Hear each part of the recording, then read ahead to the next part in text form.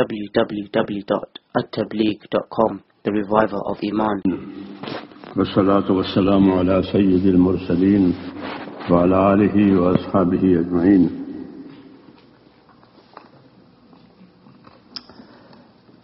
میرے بزرگوں، اللہ نے آپ حضرات کو بڑی نعمت دے رکھی ہے. وہ نعمت علم کی ہے، اس کی طرف آپ کی نسبت کی گئی ہے کہ عالم ہے.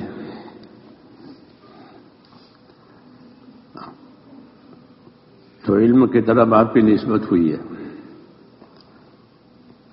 تو یہ بڑا شرف ہے. یہ جیسے جہالت اور جاہل بڑی توہین کی چیز ہے، ایسے علم اور عالم یہ بہت شرف کی چیز ہے. ہاں، بڑی نعمت ہے. دو نعمتیں بڑی بتائی جاتی ہے، ایک ایمان، ایک علم، جو نبیوں کی طرف سے اللہ تعالیٰ دیتے ہیں. اور نبی اسی کے لیے آتے ہیں کہ دنیا کو ایمان دے. اللہ تعالیٰ نبی کو توحید کا، ایمان کا علم دیتے ہیں اپنی طرف سے براہ راست، اور پھر وہ لوگوں کو دیتے ہیں. فَاعْلَمْ أَنَّهُ لَا إِلَٰهَ إِلَّا اللَّهُ، توحید کا علم آپ کو دیا جا رہا ہے. فَاعْلَمْ أَنَّهُ لَا إِلَٰهَ إِلَّا اللَّهُ، ایسے تمام احکام کا علم دیا جاتا ہے بتدریج، کیونکہ نبی کی دعوت کا، نبی کی دنیا میں آنے کا مقصد جو ہے وہ اطاعت ہے. اطاعت کے لیے وہ بھیجے جاتے ہیں کہ لوگ اللہ کی اطاعت کریں. وَمَا أَرْسَلْنَا مِن رَّسُولٍ إِلَّا لِيُطَاعَ بِإِذْنِ اللَّهِ، اطاعت کے لیے بھیجے جاتے ہیں کہ اطاعت قائم کراوے. اس لیے اطاعت کے لیے یہ دونوں چیزیں ضروری ہے، ایمان ہو، علم ہو. تو ایمان نہیں ہے، کفر ہے، تو کیسے اطاعت کرے گا؟ علم نہیں ہے، جاہل ہے، تو کیا اطاعت کرے گا؟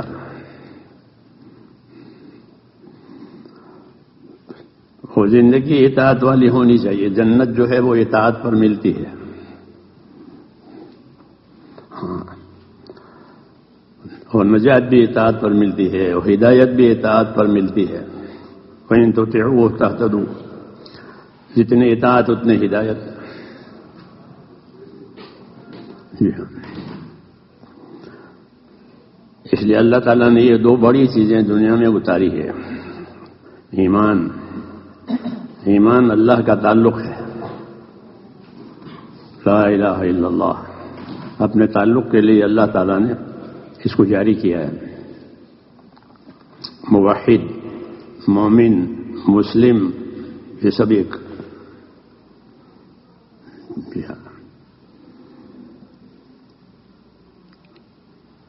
پھر توحید کا کیا حق ہے؟ اس کے لیے رسالت ہے. رسول اللہ کا بتاتا ہے کہ جس توحید کا تم نے اقرار کیا، اللہ کے ایک ہونے کا، معبود برحق ہونے کا، ان کا حق یہ ہے. میری بات سمجھ میں آ رہی ہے؟ یا جاگ کر سو رہے ہیں؟ سوتے ہیں.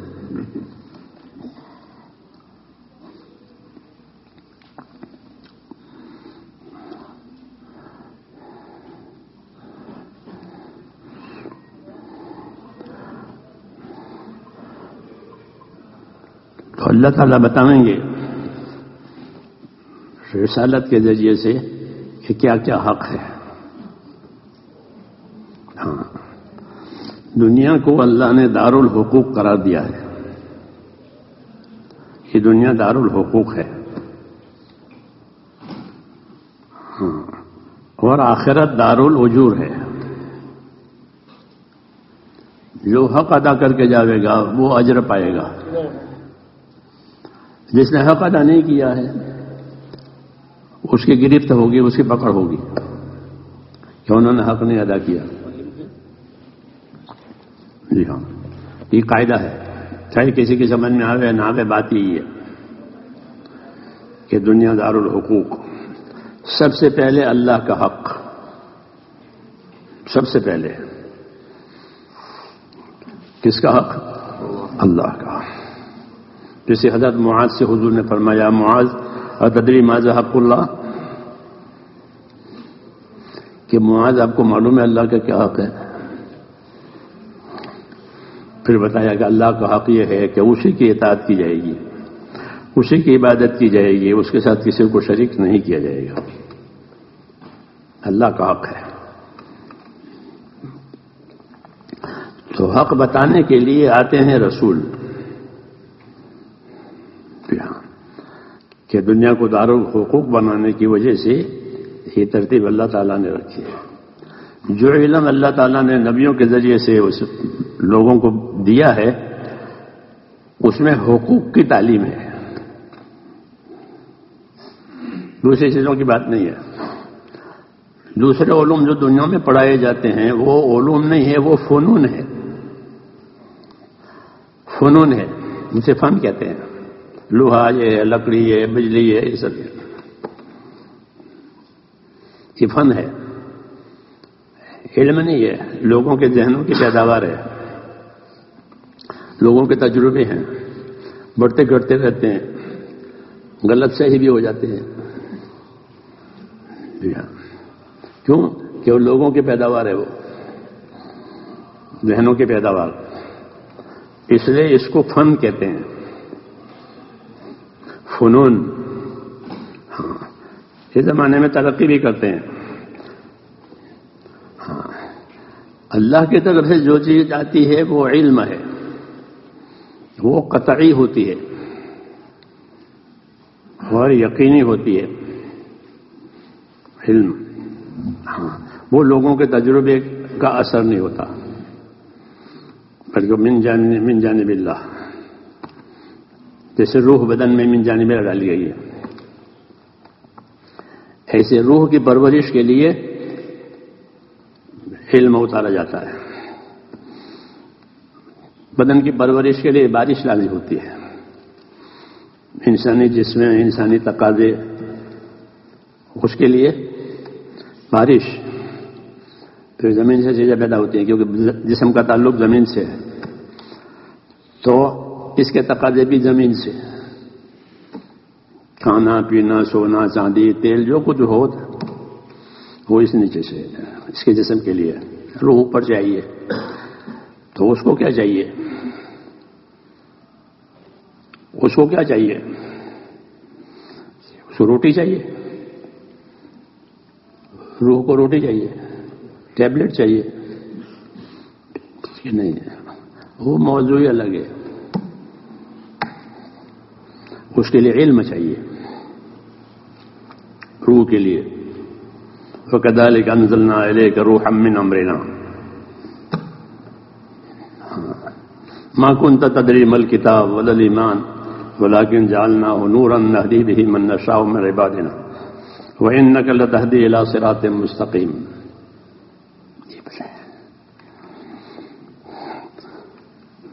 اس لیے علم اتر گیا. اس لیے اس کو بہت بڑا شرف حاصل ہے. اس علم کو، اس علم کو بہت بڑا شرف. فرشتے تعظیم کرتے ہیں اس علم کی وجہ سے، علم والوں کی. مخلوقات دعا مانگتی ہے، خشکی اور تری کی مخلوقات دعا مانگتی ہے. مچھلیاں دعا مانگتی ہے، چونٹیاں دعا مانگتی ہے. ان کے لیے دعائیں ہوتی ہیں، دونوں طبقوں کے لیے. سیکھنے والوں کے لیے بھی دعا ہوتی ہے مغفرت کی، جو سیکھتے ہیں دین کو، علم کو، ان کے لیے مغفرت کی دعا ہوتی ہے. جو سکھاتے ہیں ان کے لیے رحمت کی دعا ہوتی ہے. کیوں؟ کہ اس علم کا شرف ہے. ایمان کی وجہ سے عالم کا بقا ہے، علم کی وجہ سے عالم کی سلامتی ہے، یہ بات ہے۔ یہ ایمان کی وجہ سے عالم کا بقا، ایک آدمی بھی اللہ اللہ کرنے والا رہے گا تو قیامت نہیں آئے گی، عالم باقی رہے گا۔ ایک ایمان والا ہے بس، سارا نظام چلے گا۔ کیوں؟ ایمان کی قیمت ہے اللہ کے یہاں۔ ایک پیسنجر کے لیے کوئی گاڑی چلتی ہے، ایک پیسنجر کے لیے کوئی ہوائی جہاز چلتا ہے؟ نہیں چلتا۔ اور یہاں رہے گا کہ ایک آدمی اللہ اللہ کرنے والا ہے تو عالم باقی رکھا جائے گا تمام ترتیبوں کے ساتھ۔ ایمان کی عظمت ہے۔ ایسے علم کی وجہ سے کہ علم کی وجہ سے عالم کی سلامتی ہے۔ اور علم نہیں ہوا تو کیا آئے گا؟ جہالت۔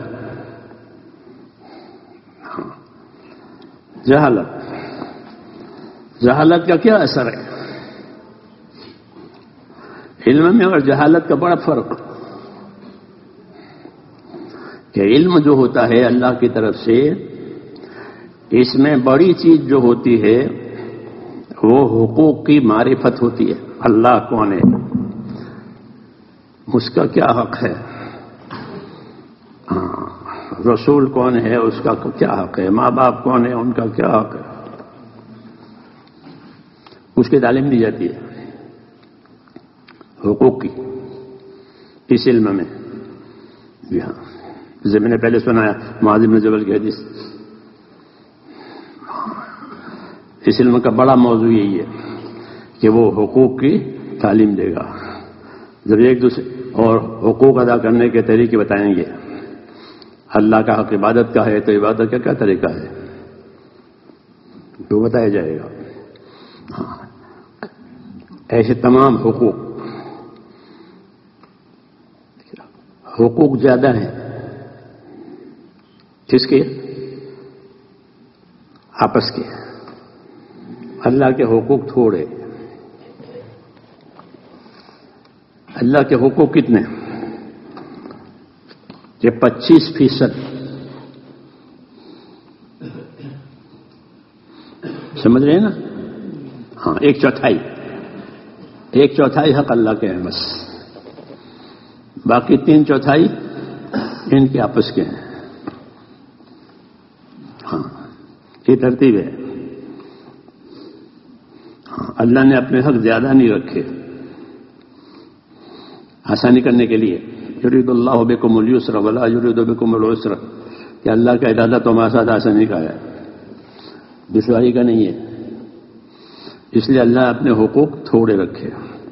کیوں؟ کہ اللہ نے انسان کو ضعیف پیدا کیا ہے،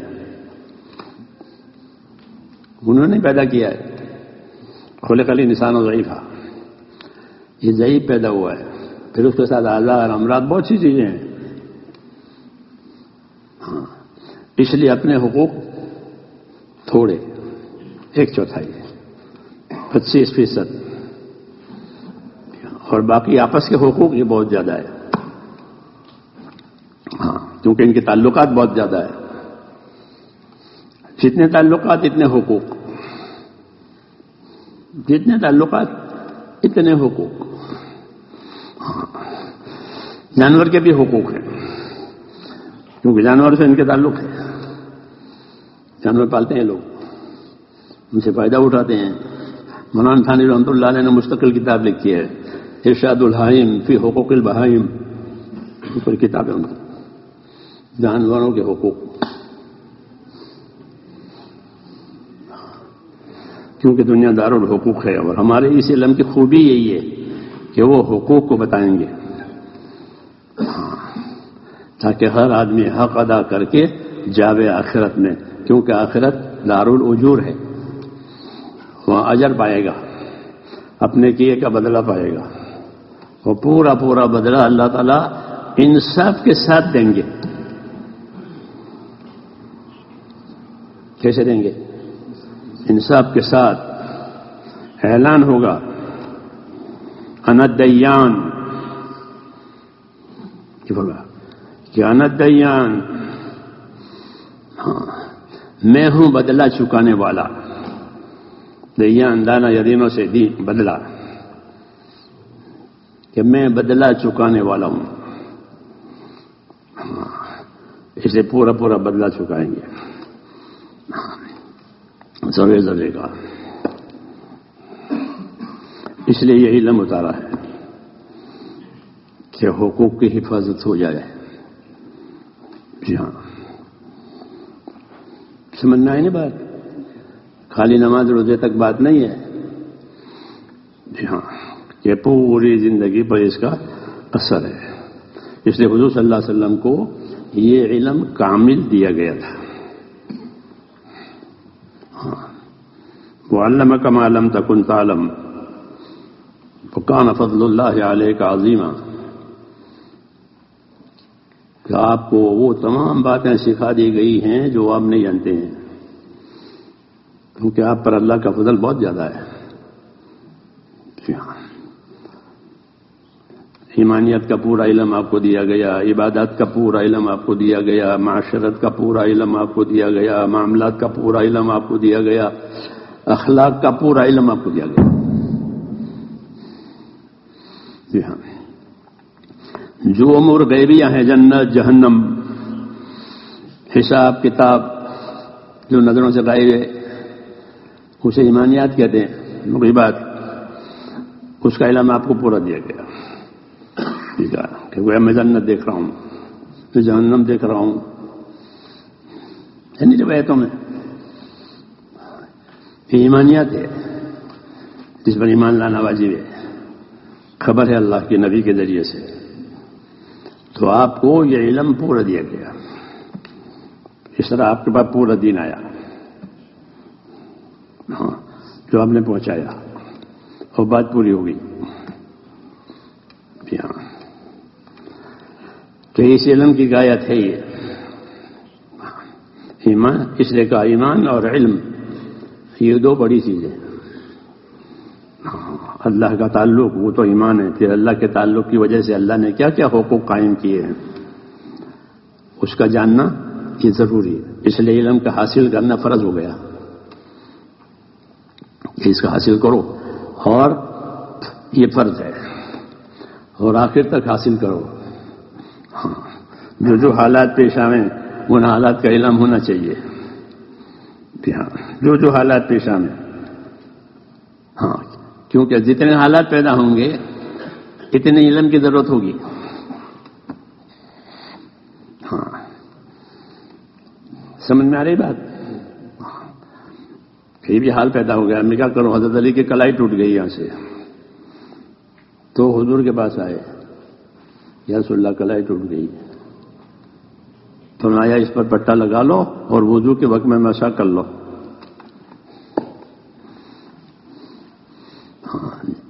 تو جتنے حالات پیدا ہوں گے، جتنے حوادث آئیں گے، یہ علم بڑھے گا. جیسے علماء کرام مسائل کے اوپر غور کرتے ہیں نا، نئے نئے مسائل پیش آتے ہیں دنیا میں. جی ہاں، تو امت کو اس کی روشنی میں ہدایت دیتے ہیں. جی ہاں، علماء کے ذمہ ہے یہ کہ کیا مسائل پیش آئے، نئے نئے چیزیں پیدا ہوگی تو اس کی روشنی دینی پڑے گی. یہ نہیں کہ جیسے جاؤ کر لو، کہ نہ پھر تو جہالت ہو گئی. تو آپ کو اصولی اعتبار سے علم کامل دیا گیا ہے. ہاں، اس لیے ہر زمانے میں زمانے کے تقاضوں کے مطابق اس کی رہبری اس میں سے ملتی رہے گی، کتاب اور سنت میں سے. ہاں، اور کتاب و سنت میں سے نہ ملے تو کہ پھر کتاب و سنت کے جاننے والے غور فکر کریں، ہاں، سوچیں، مشورہ کریں. اس کو اجماع امت کہتے ہیں. کسی بات پر یہ متفق ہو گئے کہ اب سب کو اس پر عمل کرنا ضروری ہے. اجتہاد تو یہ علم ہے، اس کی اہمیت ہے. اگر علم زندہ نہیں ہوا تو لوگ ایک دوسرے کے حقوق نہیں جانیں گے، اس لیے ان میں فساد آئے گا. جاہلیت کا اثر فساد ہوتا ہے. جاہلیت کا کیا اثر ہوتا ہے؟ فساد، ہر چیز میں فساد. اور یہ فساد بڑھتے بڑھتے یہاں تک بڑھ گیا تھا کہ خانہ کعبہ کا طواف ننگا کیا جاتا تھا. ایک ہی عبادت ہے خانہ کعبہ کا طواف، دوسری جگہ نہیں ہوتا، وہ ایک ہی جگہ ہوتا ہے، باقی عبادتیں دوسری جگہ ہو جاتی ہے. یہ طواف ایک ہی جگہ ہوتا ہے. تو اس کو بھی صحیح نہیں رکھا. کس وجہ سے؟ کہ جہالت کی وجہ سے. ہاں، شرک بھی داخل کر دیا اور ننگا طواف بھی شروع کر دیا. تو جہالت کی زد میں کعبہ بھی آ گیا، جو قدرت کی بڑی نشانیوں میں سے یہ. اس لیے حضور صلی اللہ علیہ وسلم کو اللہ تعالیٰ نے بھیجا ایمان اور علم کی تعلیم کے لیے. کس کے لیے؟ ایمان، اللہ سے تعلق پیدا کرانا، اللہ سے تعلق پیدا کرانا، اللہ پر یقین، اللہ کا خوف، اللہ کی اطاعت. پھر اس کے حدود قیود، کتنی اطاعت، کتنی عبادت، ان حدود قیود کے ساتھ یہ علم اترا ہے، حدود قیود بتانے کے لیے کہ اس کے بغیر زندگی صحیح نہیں ہوگی. اور اس علم کی مثال حضور صلی اللہ علیہ وسلم نے ایسی دی ہے جیسے بارش کا پانی آسمان سے اترتا ہے. ایسی مثال ہے اس کی. میری بات سمجھ آ رہی نہیں؟ مثل ما بعثني الله من العلم والهدى كمثل غيث، بخاری شریف کی حدیث ہے کہ جو علم و ہدایت پروردگار نے مجھے دے کر کے بھیجا ہے اس کی ایسی اہمیت ہے جیسے بارش کے پانی کی. بارش کے پانی کے بغیر زمین والے زندہ نہیں رہ سکتے. ہاں، سب کی حیات پانی پر موقوف ہے. زمین والوں کی پانی بند ہو جاوے تو پھر ختم ہو جائے، کوئی نہیں بچ سکتا. جتنا بڑا جانور اتنا جلدی مرے گا پانی کے بغیر. ہاں، کہ اس کو پانی کی زیادہ ضرورت ہے. ہاں، ایسے ہی دنیا والے کہ جتنی بڑی ان کے لیے دنیا ان کے پاس ہوگی اتنا ان کو علم کی زیادہ ضرورت ہوگی. چھوٹا تاجر، بڑا تاجر، جی ہاں، جتنی بڑی دنیا کیا اتنا بڑا علم اس کے پاس ہوگا تاکہ اپنی دنیا کو علم کی روشنی میں چلاوے. جیسے پانی، بڑا جانور، بڑا پانی. ہاں، تو پانی کے بغیر ہلاکت ہے اور علم کے بغیر ناکامی ہے. ہاں، دین کے علم کے بغیر ناکامی ہے کہ دین کے علم سے اللہ کو پہچانے گا، رسول کو پہچانے گا، اپنے حقوق کو پہچانے گا، آخرت کو پہچانے گا. ہاں، نہیں تو اندھا ہے، اس کو خبر ہی نہیں ہے. اس لیے اس علم کو فرض کیا گیا. یہ فرض ہے ہر مسلمان پر، ہر مسلمان عورت پر یہ علم فرض کیا گیا تاکہ وہ اپنی زندگی علم کی روشنی میں بناوے. پھر جتنا ایمان میں طاقت ہے علم میں بھی طاقت ہے. ایمان بہت طاقتور کہ علم بھی بہت طاقتور. ہاں، ایمان کی وجہ سے اللہ کی تائید آتی ہے، علم کی وجہ سے بھی اللہ کی تائید آتی ہے. کیونکہ ایمان کے تقاضے علم سے پورے ہوتے ہیں. کہ ایمان کے کیا تقاضے ہیں تو وہ علم سے پورے ہوتے ہیں. اس لیے اللہ تعالیٰ ایمان والوں کی تائید کرتے ہیں، علم والوں کی تائید کرتے ہیں. ایمان والوں کو اللہ بڑھاتے ہیں، علم والوں کو اللہ بڑھاتے ہیں. یرفع اللہ الذین آمنوا منکم والذین اوتوا العلم درجات، کہ علم والوں کے درجے، ایمان والوں کے درجے. اہمیت اس کو دی گئی ہے. جو زمانہ علم سے خالی ہوا اس میں جہالت پھیل گئی. عیسیٰ علیہ السلام کے بعد جہالت پھیلی. آپ کے اسلام اٹھا لے جائے گا. جاہلیت آ گئی، زبردست جاہلیت، کہ لوگ سوائے شرک کر کے اور کچھ جانتے نہیں تھے، بس شرک اور کوئی چیز نہیں، اس پر مصر تھے وہ۔ اس کی وجہ سے سارے حقوق پامال ہوتے تھے، طاقتور قبضہ کرتے تھے اور کمزور مکاری کرتے تھے۔ جی ہاں، طاقتور اپنی قوت سے کام کرتے تھے اور جو کمزور ہوتے تھے وہ چپ کے اپنی مکاریاں کرتے تھے، کوئی اپنی راہ پر نہیں۔ ایسا ہوتا، اس لیے اللہ تعالیٰ نے زمین پر جس طرح بارش برسا کر زمین والوں کو آباد کیا، رسول صلی اللہ علیہ وسلم کو بھیج کر اس کو آباد کر دیا۔ تو آپ کی بڑی نعمت اللہ تعالیٰ کی طرف جو ملی ہے وہ یہ ایمان اور علم کی نعمت۔ اس لیے جس کو ایمان ملے، علم ملے، وہ خوش نصیب ہے، اس کے لیے شرف ہے، ہاں اس کا درجہ ہے۔ کہ حضور صلی اللہ علیہ وسلم نے اس کی تاکید فرمائی بہت کہ اس کو حاصل کرو، ہم بھی ہیں کہ کیوں نہیں سیکھتے، کیوں نہیں سکھاتے؟ ہاں اگر نہیں سیکھے نہیں سکھائے میں ان کو ایسی سزا دوں گا۔ ہاں کہ اس کو خوب پھیلایا گیا، حالانکہ وسائل نہیں تھے اس زمانے میں، وسائل جو اب کاغذ ہے، قلم ہے، مشین ہے، چھاپ خانے ہیں، پتہ نہیں کیا کیا ہے، وہ وسائل اس زمانے میں نہیں تھے۔ ہاں اس لیے لوگوں سے محنت کرائی، اسے یاد کرو، اس کو سمجھو، اسے سیکھو، اسے سکھاؤ۔ ہاں اس لیے علم جس کے پاس ہو اس کی ذمہ داری بڑی، سمجھنا رہی بات؟ ہاں اس کی فضیلت بڑی، اس کی عبادت کا اجر بھی بڑا، اس کا سونا بھی عبادت ہے، عالم کا سونا عبادت۔ اس لیے صحانیت کی وجہ سے صحابہ رضی اللہ تعالیٰ عنہ نے علم کا بہت اہتمام کیا اور گہرے علوم لیے، سطحی نہیں۔ کیسے علوم لیے؟ گہرے علوم۔ اعمقہم علما، ابن مسعود فرماتے تھے کہ اصحاب محمد صلی اللہ علیہ وسلم اپنے علوم میں بہت گہرے ہیں۔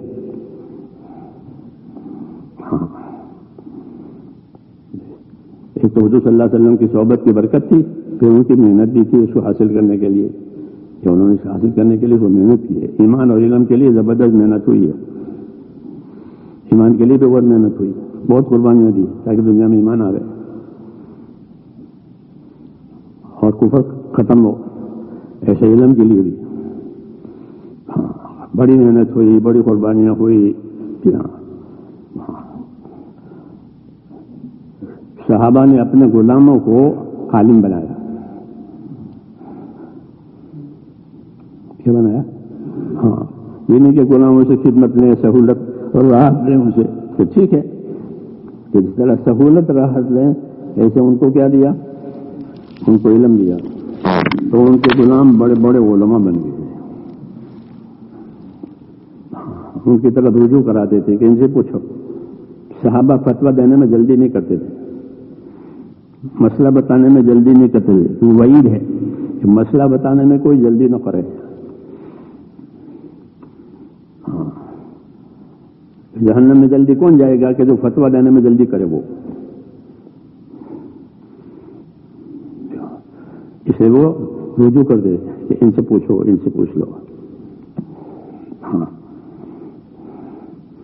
عمومی طریقے سے علم حاصل کیا جاتا تھا، دیا جاتا تھا گھر کی لونڈیوں کو، گھر کے غلاموں کو، اور جہاں جہاں موقع ہوا جہاد کے سفروں میں علم کے حلقے لگتے تھے، جہاد کے سفروں میں علم کے حلقے لگتے تھے، جو حضرات علم والے ہوتے تھے وہ علم کے حلقے لگا کر لوگوں کو علم دیتے تھے۔ ہاں امہات المومنین رسول اللہ صلی اللہ علیہ وسلم کی وفات کے بعد امیر کی اجازت سے حج میں تشریف لاتی تھی مدینے سے، سوائے سودا رضی اللہ عنہ کے۔ ان کے حج لانے کا یہ مقصد تھا کہ جو علوم ان کے گھروں میں اترے ہیں اس کی اشاعت امت میں کرنی ہے، کیونکہ امت حج میں آتی ہے ساری چیزیں، تو وہ علوم ان کو دینے ہیں۔ علم کی اشاعت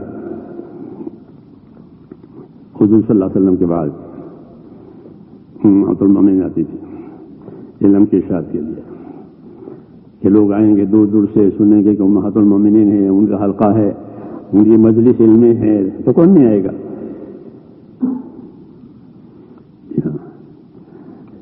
سیرت عائشہ سید سلمان ندوی رحمۃ اللہ علیہ نے لکھی ہے، اب حضرت نے پڑھی بھی ہوگی اس میں، سیرت عائشہ، اس میں تفصیل ہے اس کی کہ امہات المومنین نے علمی خدمات کی ہے،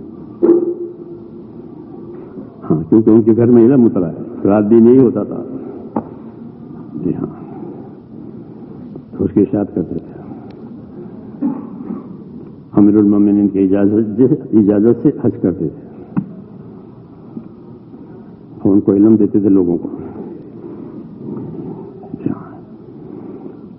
غرض میرے کہنے کہ اس علم کی اہمیت ہے بہت، ہاں، جہالت اور جاہل رہنے کی قطعاً اجازت نہیں ہے کہ جاہل رہے۔ ہم دین کی زبان میں جاہل کس کو کہتے ہیں؟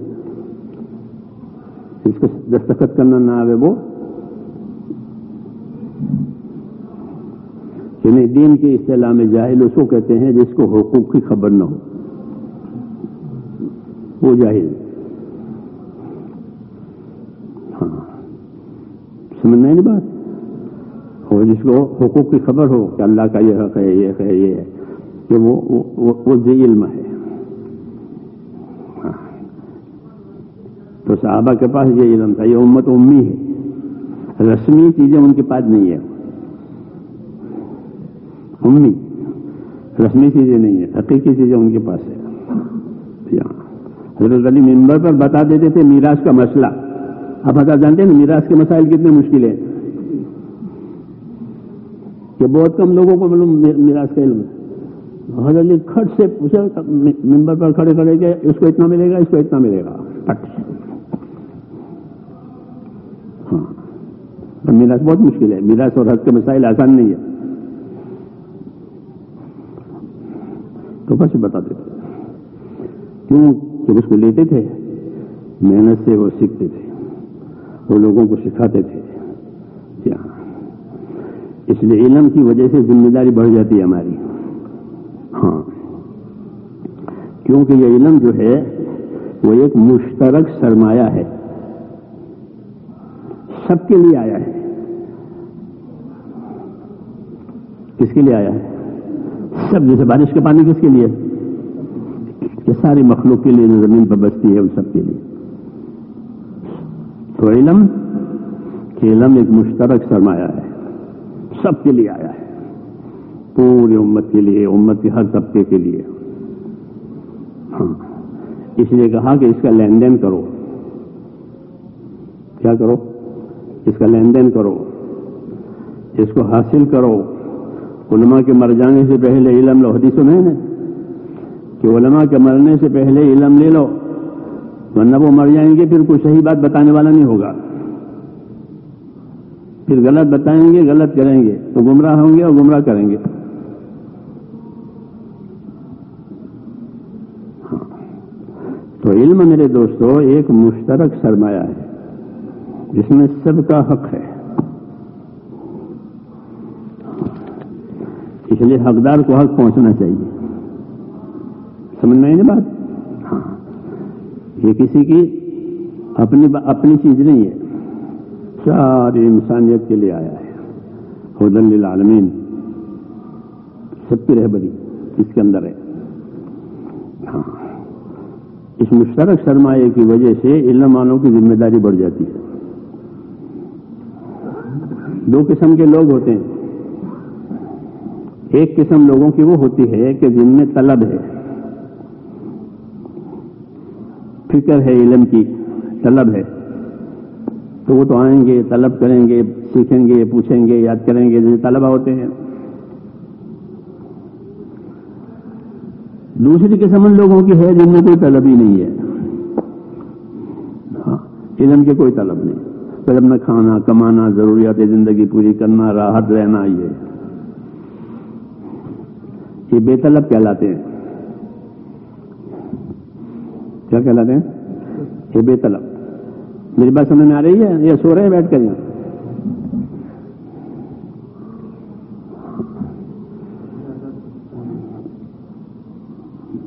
بے طلب، ان میں کوئی طلب نہیں، اپنی دنیا ہے بس۔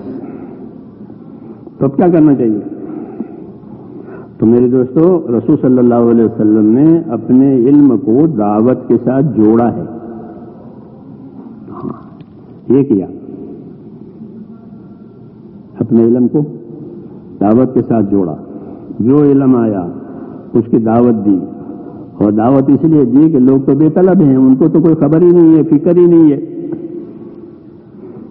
تو ان میں طلب پیدا کرنے کے لیے اس علم کو دعوت کے ساتھ جوڑا۔ مثال کے طور پر آپ پر توحید کا علم نازل ہوا، فَاعْلَمْ أَنَّهُ لَا إِلَٰهَ إِلَّا اللَّهُ، توحید کی تعلیم ہے کہ جان لو کہ ایک اللہ ہے، اسے سے کوئی معبود نہیں۔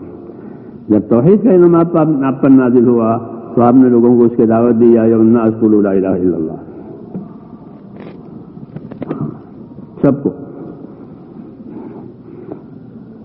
یہی طریقہ ہے کہ علوم کو دعوت سے جوڑا جاوے، کہ دعوت سے جوڑنے کی وجہ سے یہ علم متعدی ہوگا، آگے بڑھے گا۔ پھر دعوت کے اسلوب، دعوت کے آداب، دعوت کے اصول، کہ دعوت کی کیا بنیاد ہے، اتنا نہیں کہ اعلان کر کے لوگوں کو جمع کر لو، اتنا ہے کہ نہیں، دعوت تو ہر نبی کی زندگی کا موضوع، تو دعوت علم سے خالی نہیں، اور علم دعوت سے خالی نہیں، دونوں گجوڑ ہے۔ حج کا حکم نازل ہوا تو آپ نے حج کی دعوت چلائی، ہمارے ساتھ حج کرو، ہزاروں لوگوں نے آپ کے ساتھ حج کیا، وہ اسی وجہ سے کہ حج کا علم ان کو آ جاوے، تو وہاں سے لوگوں نے آپ کی موجودگی میں حج کا علم دیا، آپ کی صحبت سے۔ صحبت، محنت، کتابوں سے علم صحیح آتا ہے، کہ جو لکھا ہوا وہی پڑھا جائے گا، کتاب سے علم ملتا ہے، اور صحبت سے عمل ملتا ہے۔ ہاں، کتاب سے علم مل جائے گا، اس لیے کتاب ضروری، نبی کے ساتھ کتاب بھی آتی ہے، نبی کے ساتھ، لیکن خالی کتاب نہیں کہ بھائی ضرور لٹریچر دے دو لوگوں کو چھاپ چھاپ کے، تو اسے بات تو پہنچ جائے گی، مگر اس کو عمل میں لانے کا کیا طریقہ ہے، اس کے لیے صحبت چاہیے۔ کیا چاہیے؟ اس لیے فرمایا صلوا کما رأیتمونی اصلی، ایسی نماز پڑھو جیسے مجھ کو نماز پڑھتے ہوئے دیکھا ہے، ایسے نہیں کہ کتاب میں دیکھ کے نماز پڑھ لو، کتاب میں دیکھ کر بریانی پکا سکتے ہیں؟ ہمارے کتب خانوں میں کتاب ملتی ہے پکوان کی، بریانی بنانے کا یہ طریقہ ہے، مرغے مسلم بنانے کا یہ طریقہ ہے، مچھلی کے کانٹے گلانے کا یہ طریقہ نہیں لکھا بس، کہ مچھلی پکانی اور کانٹے اندر گل جاوے، کھاتے وقت پریشان نہ ہو، کھا لیں، دور گوشت کی بوٹیاں کھا لیتے ہیں، یہ سب طریقے اس میں لکھے ہوئے تو کتاب میں، تو کتاب پڑھے تو ہو جائے گا پکانے والا؟ نہیں ہوتا، وہ تو بگاڑے گا کتاب میں دیکھ دیکھ کر کے۔ ہاں، اور ہمارے گھروں میں سب جانتے ہیں، ہمارے گھروں میں ہماری لڑکیاں، ہماری بچیاں، وہ اپنی ماں کی صحبت میں سارا سیکھ لیتی ہے، کوئی کتاب بھی نہیں ہوتی وہاں، پکا لیتی، ذمہ داری پھر جا کے اپنا گھر آباد کرتی ہے۔ دین کی یہ مثال ہے. شعبت محنت اس سے ہوتی ہے تکمیل، نہیں تو احتمالات بھی پیدا ہوتے ہیں، فخر بھی پیدا ہوتا ہے، دونوں پیدا ہوتے ہیں. میں جانتا ہوں یہ، اور احتمال بھی ہوتا ہے، ہو سکتا ہے یہ مطلب ہو، یہ مطلب ہو. اس لیے اللہ تعالیٰ رسول بھیج کر کے اور کتاب بھیج کر کے پوری چیز اتارتے ہیں. سامان وہ پوری چیز لی، پھر اس کو دنیا میں پھیلائی. حضور صلی اللہ علیہ وسلم نے اپنے علم کو دعوت کے ساتھ جوڑا کہ طلب کرنے والے تو خود ہی آئیں گے اور بے طلبوں میں یہ خود پہنچیں گے. بے طلبوں میں کون جاتا ہے؟ نبی خود جاتا ہے. انا ارسلنا نوحا الی قومہ، ہم نے نوح کو ان کی قوم کے پاس بھیجا. قوم نہیں مانتی تھی، قوم نہیں سنتی تھی، وہ تو کانوں پر ہاتھ رکھ دیتی. یہ سنت ہے نبیوں کی کہ جن میں طلب نہیں ہے، جن میں انکار ہے، کہ ان کے پاس بھی جاؤ. ہاں، دعوت لے کر کے، وہ دعوت اپنے اسلوب کے ساتھ. کس کے ساتھ؟ کہ دعوت کا اخلاص، دعوت کا علم، دعوت کے اخلاق، ان چیزوں کے ساتھ دعوت چلتی ہے نبیوں کی. کیوں کہ لوگ جاہل ہیں، وہ نہیں پہچانتے نبی کا مرتبہ. اس لیے انبیاء کرام نے اپنے علم کو دعوت کے ساتھ جوڑا، اور دعوت کے راستے میں انہوں نے سب کی خیرخواہی کی ہے، کیونکہ دعوت خیرخواہی کی بنیاد پر ہوتی ہے. الدین النصیحہ، کہ لوگوں کا بھلا چاہو. لوگ نہیں چاہتے لیکن ہم ان کا بھلا چاہیں گے. نبی چاہتا ہے سب جنت میں جاویں، وہ نہیں چاہتے جنت. ہاں، لیکن نبی چاہتا ہے کہ جنت میں جاویں. یہ جاہل ہے، جانتی نہیں ہے. جب جانیں گے تو یہ خود بھی جنت کے طلبگار ہو جائیں گے. تو دعوت کے ذریعے سے اللہ کے انعامات، اکرامات بتائے جاتے ہیں. دعوت میں اللہ تعالیٰ نبیوں کو مبشر اور منذر بنا کر بھیجتے ہیں. نبیوں کا طریقہ ہے یہ. اپنی دعوت میں وہ مبشر ہوتے ہیں، یعنی بشارتیں سناتے ہیں. فضیلت کا اور ترغیب کا علم اللہ تعالیٰ نبیوں پر اتارتے ہیں پہلے. شریعت کا علم بعد میں اترتا ہے. شریعت اور احکام بعد میں اتریں گے. پہلے کیا اترے گا؟ یہ اترے گا، فضائل اتریں گے، ترغیب اترے گی. جنت، جہنم، آخرت، حساب کتاب، یہ سب چیزیں جو غیب میں ہے یہ سنائے تھے اپنی دعوت میں، تاکہ شوق پیدا ہو، خوف پیدا ہو. اور شوق اور خوف سے حق بات کو قبول کرے. نبیوں کا طریقہ ہے. اس لیے نبیوں کو اللہ تعالیٰ مبشر اور منذر بنا کر کے بھیجتے ہیں. انہیں بشارت سناؤ، بشر عباد، بندوں کو بشارت دو. وانذرہم یوم العاصفہ، قریب آنے والا دن ہے، ان کو ان سے ڈرائیے. یہ اسلوب ہے دعوت کا کہ لوگوں میں اللہ کے انعامات، اکرامات اور اللہ کی نعمتوں کا تذکرہ کر کے اللہ سے تعلق پیدا کراؤ. اللہ کے عذاب سے ڈرا کر کے اللہ سے خوف دلاؤ، تاکہ اپنی ذمہ داری پر وہ تیار ہو جائے. یہ نبیوں کا طریقہ ہے. اس لیے دعوت جو ہے دیر طلب ہوتی ہے، اس میں دیر لگتی ہے نتیجہ آنے میں. نوح علیہ السلام کے لیے کتنا بڑا نتیجہ، اور کتنی مدت کے بعد نتیجہ آیا. دیر لگتی ہے کیونکہ خالی پہنچا دینا کافی نہیں ہے.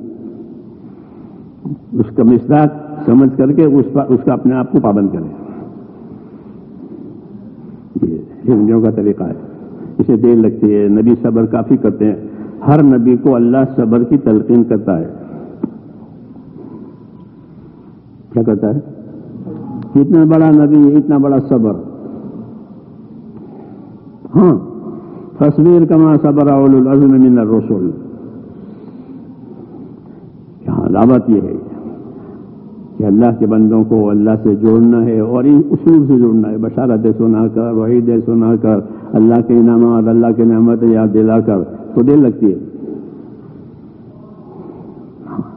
اسی نبی صبر کرتے ہیں اور اپنا کام جاری رکھتے ہیں. لوگوں کے نہ ماننے سے نا امید نہیں ہوتے اور اپنی محنت دیتے رہتے ہیں. پھر ان کی محنت ایک حد پر پہنچ جاتی ہے تو اللہ تعالیٰ کا فیصلہ آ جاتا ہے. پھر اللہ تعالیٰ رجوع کراتے ہیں لوگوں کو جب ان کی محنت پوری ہو گئی. یہ رہا ہے. اس لیے جن جن کو علم ملے ان کی ذمہ داری ہے ہاں کہ یہ علم مشترک ہے سب کے لیے. اس لیے جن کو نہیں پہنچا ہے، جو نہیں جانتے ہیں کہ ان کو یہ بھی بات پہنچے، تو اس کے لیے دعوت سے اس کو جوڑا گیا ہے، اور دعوت کو اخلاق اور قربانیوں سے جوڑا گیا. جی ہاں، کہ نہ ماننے سے کوئی نا امید نہ ہو، اپنی بات کرو، اپنا کام کرو، اللہ سے مانگو، خیر خواہی کرو. اس میں ہماری تربیت بھی ہوتی ہے دعوت دینے والوں کی، ہاں ذمہ داری پورا کرنے کے لیے. اور اسی سے اللہ تعالیٰ نے علم کو زندہ کیا ہے دنیا میں، اس محنت سے، دعوت کی محنت کہ لوگوں دور دور تک علم پہنچا، ہر تک پہ پہنچا. مولانا محمد یوسف صاحب رحمۃ اللہ علیہ فرماتے تھے کہ علماء کی ذمہ داری ہے. کہ کیا ذمہ داری ہے؟ کہ علماء کی ذمہ داری یہ ہے، ایک تو کہ وہ علماء تیار کریں. کیا کریں؟ علماء تیار کریں، ہاں، تاکہ یہ سلسلہ جاری رہے، خلا نہ پڑے. ہاں نہیں تو مر جائیں گے، پھر کوئی ذمہ داری اٹھانے والا نہیں، خلا پڑا جیسے اب ہو رہا ہے. تو فرماتے تھے کہ علماء کی ذمہ داری ہے کہ کیا تیار کریں؟ کہ علماء تیار کریں، لوگوں کو علم دیں، ہاں، تاکہ علم چلتا رہے. کہ دنیا میں لوگ ڈاکٹر بناتے ہیں، وکیل بناتے ہیں، انجینئر بناتے ہیں، کیونکہ ملک کی آبادی کے لیے یہ ضروری ہے کہ ملک میں ڈاکٹر ہو، ملک میں وکیل ہو، ملک میں انجینئر ہو. ہاں، چھوٹے ملک والے بڑے ملک میں بیچتے ہیں سیکھنے کے لیے کہ امریکہ سے ریتا نہیں، تو فلاں جگہ سے ریتا نہیں. جی ہاں، ان فنون کو سیکھنے کے لیے، ملک کی آبادی کے لیے اور خوشحالی کے لیے. ایسے ہی فرمایا کہ علماء کے کیا ذمہ ہیں؟ کہ علماء تیار کریں. ہاں، دوسرا کہ دوسری ذمہ داری علماء کی یہ ہے کہ طبقات کو علم دیں. سمجھنا یہ بات؟ روزی کی وجہ سے انسانوں کے طبقے بنے ہوئے ہیں. یہ تاجروں کا طبقہ، یہ مزدوروں کا طبقہ، یہ زمینداروں کا طبقہ، یہ ملازمت والوں کا طبقہ، یہ حاکموں کا طبقہ، یہ طبقہ بنے معیشت کی، روزگار کی وجہ سے. سمجھنا ہے بات؟ تو ان طبقوں میں جو لوگ بٹے ہوئے ہیں، ان طبقوں کو علم دینا علماء کے ذمہ ہے. جیسے تاجر تجارت کرے گا تو اس کے پاس تجارت کا علم ہونا چاہیے، نہیں تو وہ زمانے کے مطابق تجارت کرے گا، حرام حلال کی تمیز اس کو نہیں ہوگی، حقوق کی فکر اس کو نہیں ہوگی.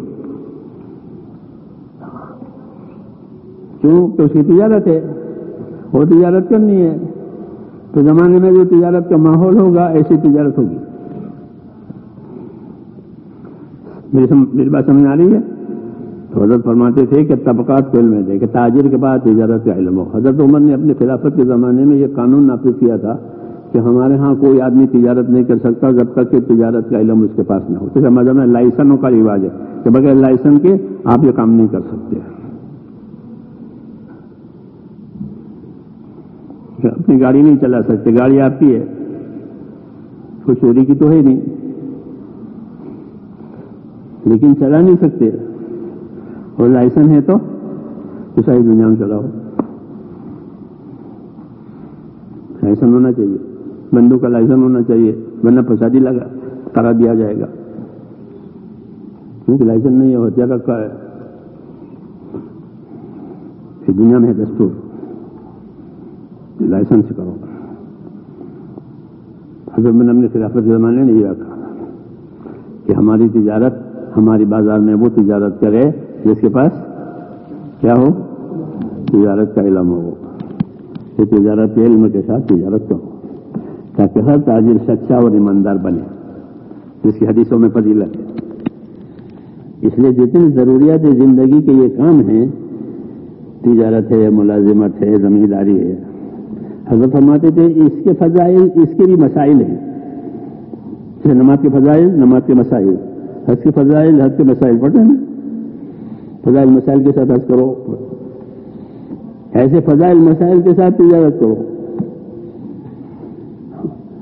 جی ہاں، تاکہ یہ تجارت پاک ہو گئی کہ زمینداری کے مسائل، زمینداری کے فضائل، حضور نے زمینداری کے فضائل بتائے کہ زمیندار کو زمینداری کی فضیلت میں یہ ملتا ہے. زمینداری کرنے کی فضیلتیں جیسے نماز کی فضیلتیں ہیں. جی ہاں، مزدوری کی فضیلتیں ہیں.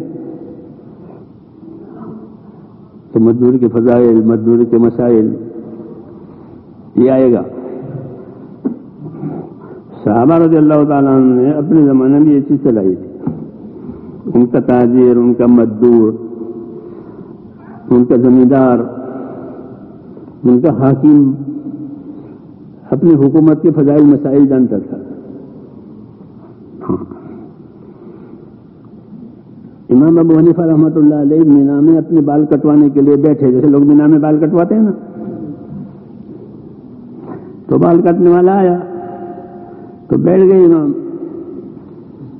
تو وہ بال کاٹنے والا کہہ رہا ہے امام صاحب سے، وہ نہیں جانتا کہ امام ہے، کہ اپنا چہرہ قبلے کی طرف کر، دیر وجہ کا الی القبلہ. تو امام نے قبلے کی طرف منہ کر لیا بال کاٹنے کے لیے. پھر وہ بیٹھ گئے تو کہ نہیں، اپنے داہنی جانب میری طرف پر، داہنی سے داہنی کاٹوں گا. تو داہنی طرف کر دی. پھر خاموش بیٹھے کہ خاموش مت بیٹھ، کبیر بول اللہ اکبر، اللہ اکبر، میں بال کاٹوں گا.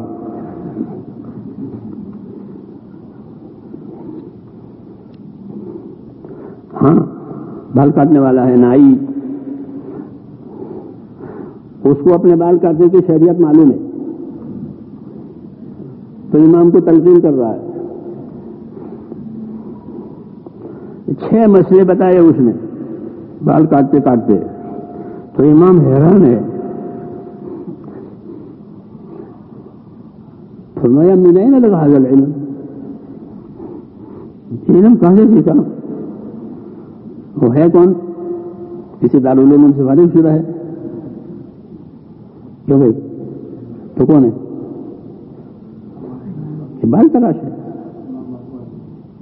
تو من این لگا هذا العلم، اتنا استحضار کہ اس کو سب مسائل یاد ہے. حج کے مسائل بہت کم لوگوں کو یاد ہوتے ہیں. تو وہ کہنے لگا کہ هذا العلم من عطاء ابن ابی رباح، یہ علم عطاء ابن ابی رباح سے. میں عطاء ابن رباح عبداللہ ابن عباس کے خادم ہیں، ان کے غلام ہیں. تو بڑے عالم تھے. عبداللہ ابن عباس کی صحبت میں انہوں نے یہ سارے علوم دیے اور ان کو سکھایا. نائیوں کو ان کے بال کاٹنے کا علم دیا. تو یہ نائی جو ہے اپنے بال کاٹنے کے علم کا عالم ہے. یہی حضرت فرماتے تھے کہ ہر طبقے کو کیا ملے؟ اپنے طبقے کا علم ملے. اب نائی جاہل نہیں ہے کہ بھائی بال کاٹ کے پیسے لے لے ہوئے،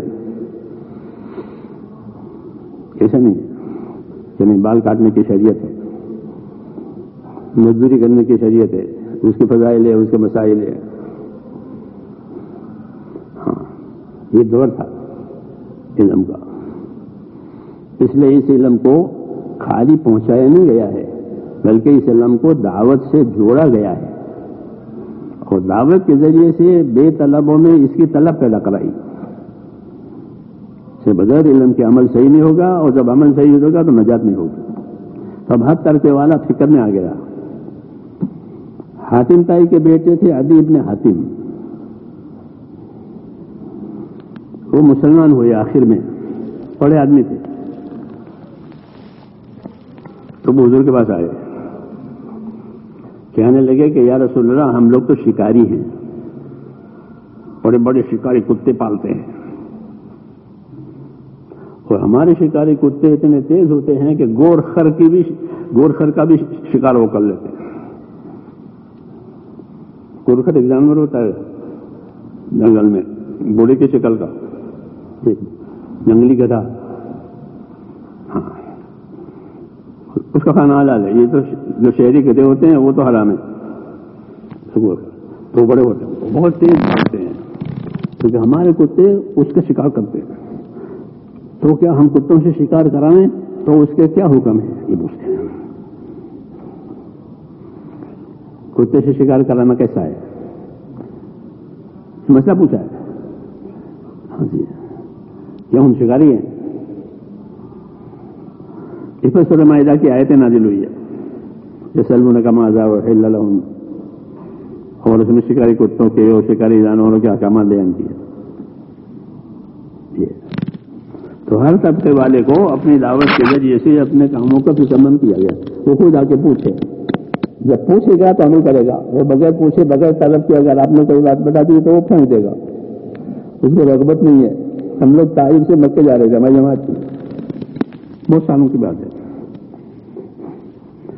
طائف میں عید پڑی اور پھر کرائے پر ٹیکسی کی، تو ایک عرب کی ٹیکسی تھی، تو اس نے ٹیکسی جب چالو کی تو اس نے وہ موسیقی کا وہ کھول دیا گانا. ہمارے ساتھ آگے بیٹھا ہوا تھا، اس نے اس کو منع کیا کہ یہ مت کر. تو وہ عرب کیا جواب دے رہا ہے؟ اس عرب نے جواب دیا، مست مولا انت اذکر ربک.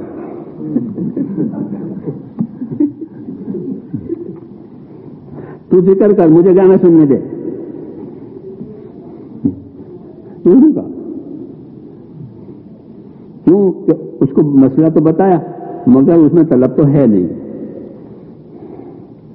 تو وہ مسئلہ اس کو ہضم نہیں ہوتا.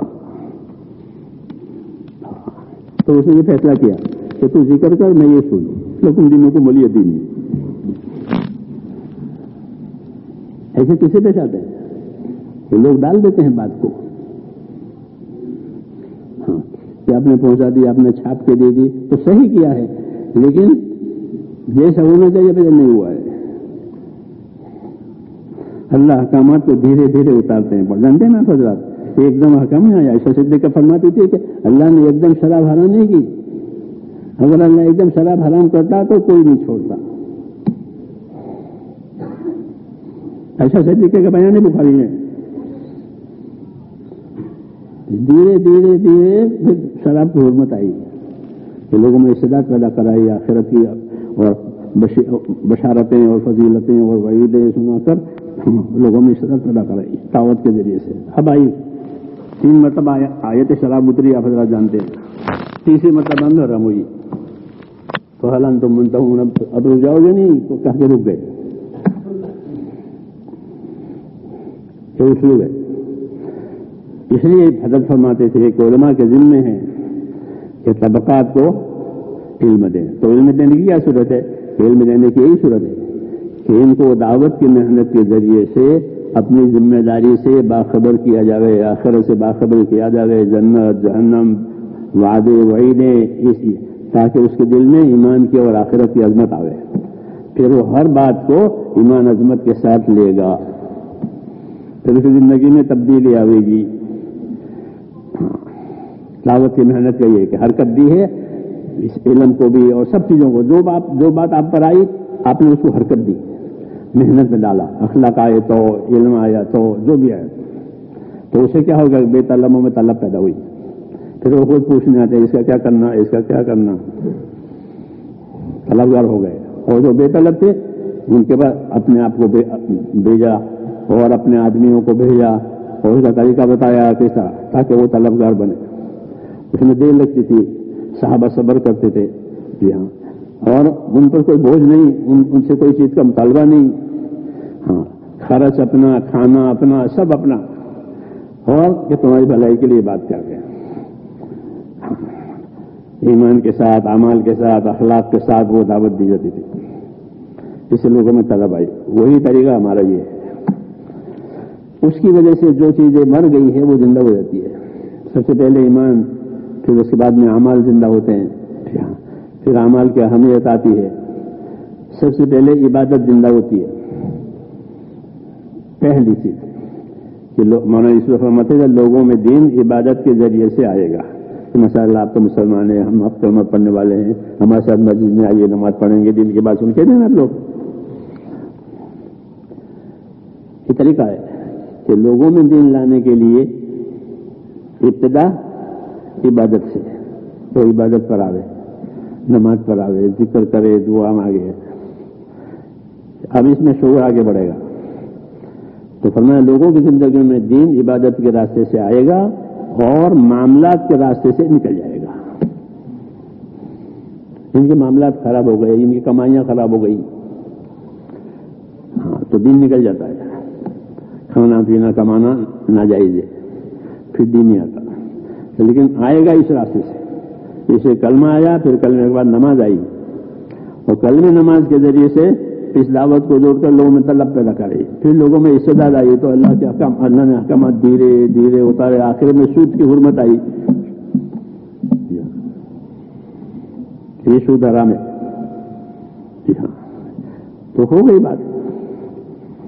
آج بھی یہی طریقہ ہے کہ بے طلبوں میں طلب پیدا کرانا یہ ہماری ذمہ داری ہے، ورنہ یہ علم سوکھ جائے گا.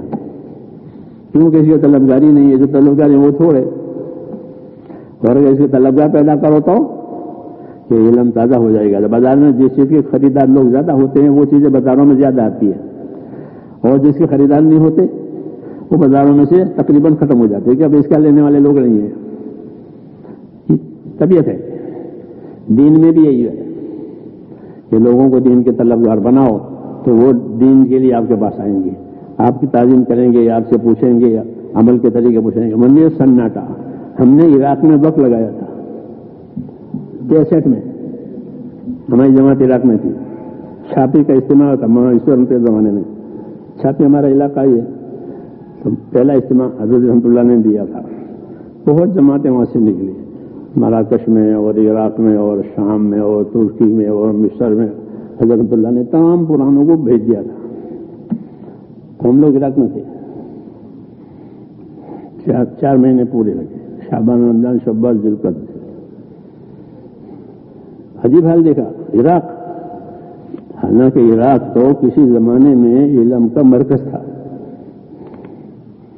ابن مسعود بھیجے گئے تھے عراق میں تعلیم تربیت کے لیے. تو بہت علماء تیار ہوئے تھے حضرت عمر کے زمانے میں. غزالی نے خلافت کے زمانے میں عراق کا سفر کیا تھا تو 4000 علماء نے ان کا استقبال کیا تھا. عراق اپنے علم میں مشہور. ہم لوگوں نے صرف نحو میں، صرفیوں میں کوفیوں کی رائے اور بصریوں کی رائے ہیں. وہ بصرہ اور کوفہ وہی ہے. ایک مدرسہ تھا پھلو جامع، بس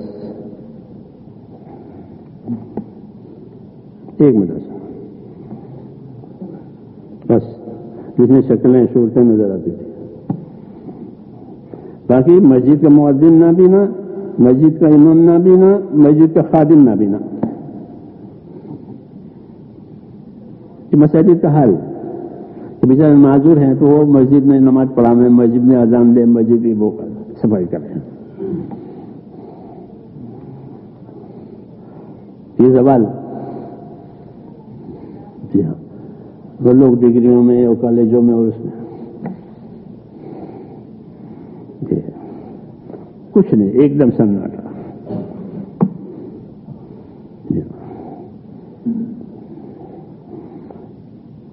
وہ لوگوں میں طلب بھی نہیں رہی اور اس کی دعوت بھی نہیں رہی تو وہ جو تھا سب ختم.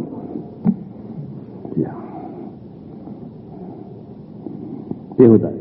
اور جب لوگوں میں طلب پیدا ہوئی تو الحمدللہ کتنے معاہد، کتنے مدارس، کتنے دینی درسگاہیں پیدا ہو گئی نہیں ہوئی.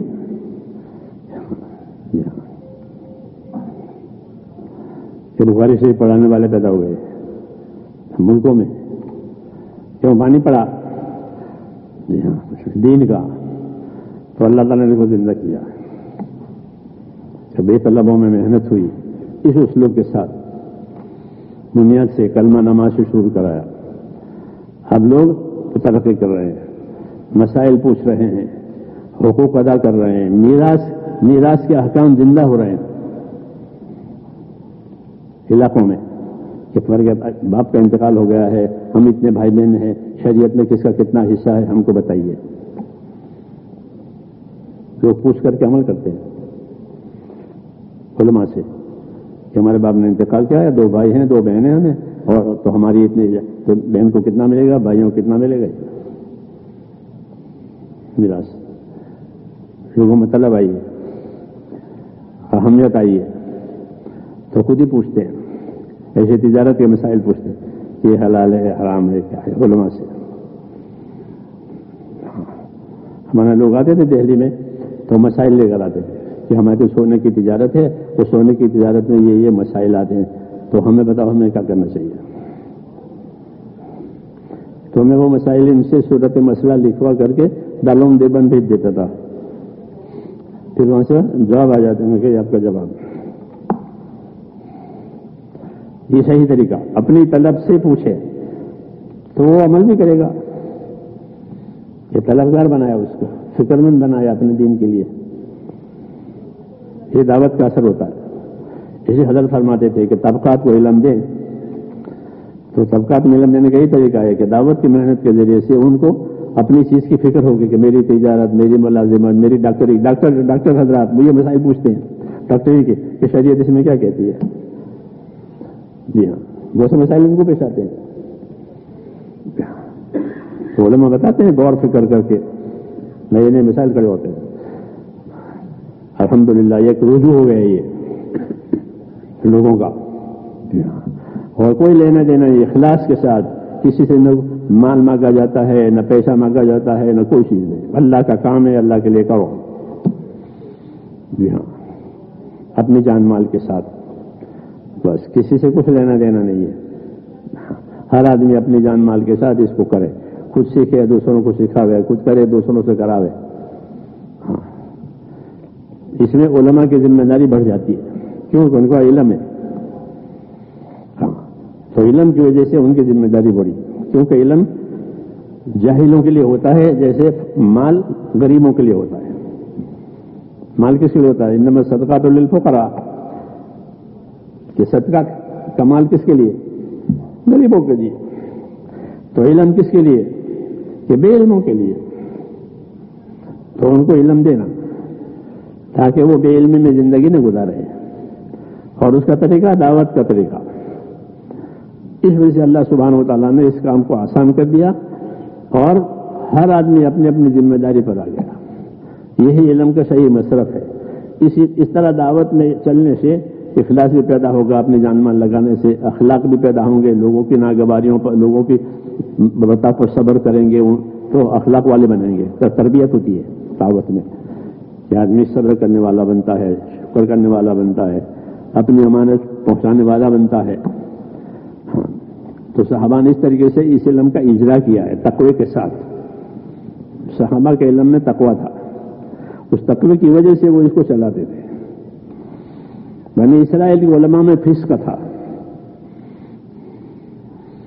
بنی اسرائیل کے علماء میں اکثریت ان کی فاسق تھی، وہ اپنے علم کا تقاضا نہیں پورا کرتے تھے، اپنے علم سے اپنی غرضیں پوری کرتے تھے، لوگوں سے مال کھاتے تھے۔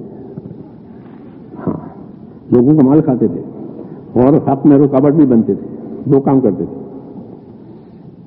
حق میں رکاوٹ بننا، نبی سے حسد کرنا۔ مدینے میں جو تھے اہل کتاب، انہوں نے حضور صلی اللہ علیہ وسلم سے زبردست حسد کیا۔ ہاں، اس طرح ہر نبی کے ساتھ، حالانکہ وہ عالم ہے، ان کے پاس علم ہے، لیکن وہ اپنے آپ کو اپنے علم کا انہوں نے تابع نہیں کیا، بلکہ علم کو اپنے تابع کیا۔ ابن مسعود یہ فرماتے تھے نہیں، ابن مسعود فرماتے تھے اپنے لوگوں سے کہ تم ایسے زمانے میں ہو کہ تمہاری خواہشیں علم کے تابع ہے۔ ہم قریب ایسا زمانہ آئے گا کہ لوگ علم کو اپنی خواہشوں کے تابع کریں گے، اس لیے علم سے اپنی خواہشوں کو ثابت کریں گے، یہ بھی صحیح ہے، یہ بھی صحیح ہے، یہ بھی صحیح ہے، یہ بھی صحیح ہے۔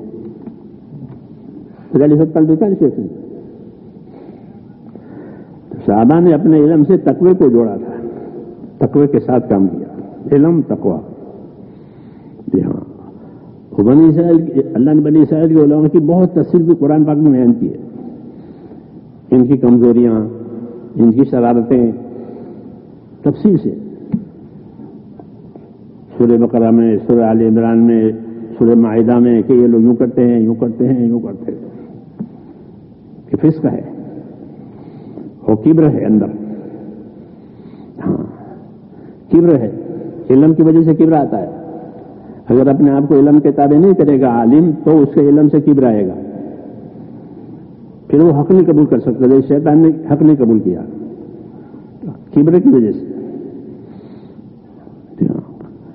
آدم علیہ السلام کو تسلیم نہیں کیا, وہ کہا کہ میں آدم سے بہتر ہوں, انا خیر منہ, علم ہے مگر کبر کے ساتھ. ہاں تو جب علم کبر کے ساتھ جمع ہو جاتا ہے پھر ہلاکت ہے. ہاں یہ نہ آپس میں جڑیں گے نہ کسی سے جڑیں گے. ہاں اور بہت جلدی آتا ہے علم کی وجہ سے کبر. اگر صحبت نہ ہو, محنت نہ ہو, اپنی اصلاح کی فکر نہ ہو تو علم سے کبر آتا ہے. پھر مدعی بنتے ہیں, دائی نہیں بنتے, مدعی. جی ہاں مدعی محروم ہوتا ہے, دائی نصیبدار ہوتا ہے. شیطان مدعی ہے, انا خیر منہ, یہ اس کا دعویٰ ہے کہ میں آدم سے بہتر ہوں. جی ہاں تو ہمارے دین میں, ہمارے علم میں ادعا نہیں ہے کہ میں نہیں. حضور فرماتے ہیں میں تو اللہ کا بندہ ہوں, میں اس طرح کھانا کھاؤں گا جس طرح غلام کھانا کھاتے ہیں. حدیت, انانیت نہیں. اس لیے علم کا استعمال کرنے کے لیے احکام کا مجاہدہ, دعوت کا مجاہدہ بہت مفید پڑتا ہے کہ آدمی میں تواضع پیدا ہوتی ہے, تقوی پیدا ہوتا ہے, اپنا کبر نکلتا ہے, دوسروں کے حقوق کی فکر کہ ان کے حقوق مجھ پر ہے, نہیں تو غافل ہو جاتا ہے. جی ہاں تو اہل کتاب جو ہیں یہ فاسق ٹھہرائے گئے اللہ کے علم سے, یہ فاسق ہے, کچھ نہیں کرتے. بہت سے ایسے یہ فرمائے ان کثیر من الاحبار والرهبان لیاکلون اموال الناس بالباطل ویصدون عن سبیل اللہ. ان کے دو ہی کام ہیں, راستے میں رکاوٹ ڈالیں گے اور باطل طریقے سے لوگوں کی دنیا کھائیں گے. ہاں یہ ان کے امراض بتائیں. اس لیے صحابہ نے اپنے علم کو لیا تقوی کے ساتھ, اور یہی سلسلہ چلا. ہمارے بزرگوں کا بھی یہی طریقہ ہے کہ اپنے علم کو تقوی کے ساتھ چلایا. کس کے ساتھ؟ ہاں حضرت شیخ کی تو مستقل کتاب ہے اکابر کا تقوی. ہاں دیکھو یہ کہ ہمارے اکابر میں کیسا تقوی تھا, تو کیسے پرہیز کرتے تھے لوگوں کی دنیا سے, لوگوں کی چیزوں سے, ہر بات میں پاک صاف, علم کا اثر تزکیہ. ہاں یہ کیوں کہ صحبت آئی, محنت کی, تو اس کی وجہ سے یہ بات پیدا ہوئی, اور ان کی باتوں میں اثر بھی ہوتا ہے. اللہ تعالیٰ نے ہم کو یہ محنت دی ہے, اس میں یہ سارا معجون مرکب ہے کہ علم کی رغبتیں بھی پیدا ہوگی, تزکیہ بھی پیدا ہوگا, امت سے ہمدردی بھی آئے گی کہ امت کیسے زندگی 50 سال ہو گئے نماز نہیں پڑھی, ایسے لوگ ملتے ہیں دعوت کے راستے میں. جی ہاں وہ کہتے ہیں میں نے 50 سال سے نماز نہیں پڑھی. جی ہاں پھر انہوں نے نماز پڑھائی, پھر نماز میں لگے تو 50 سال کی نماز قضا کی, یہ بھی کیا.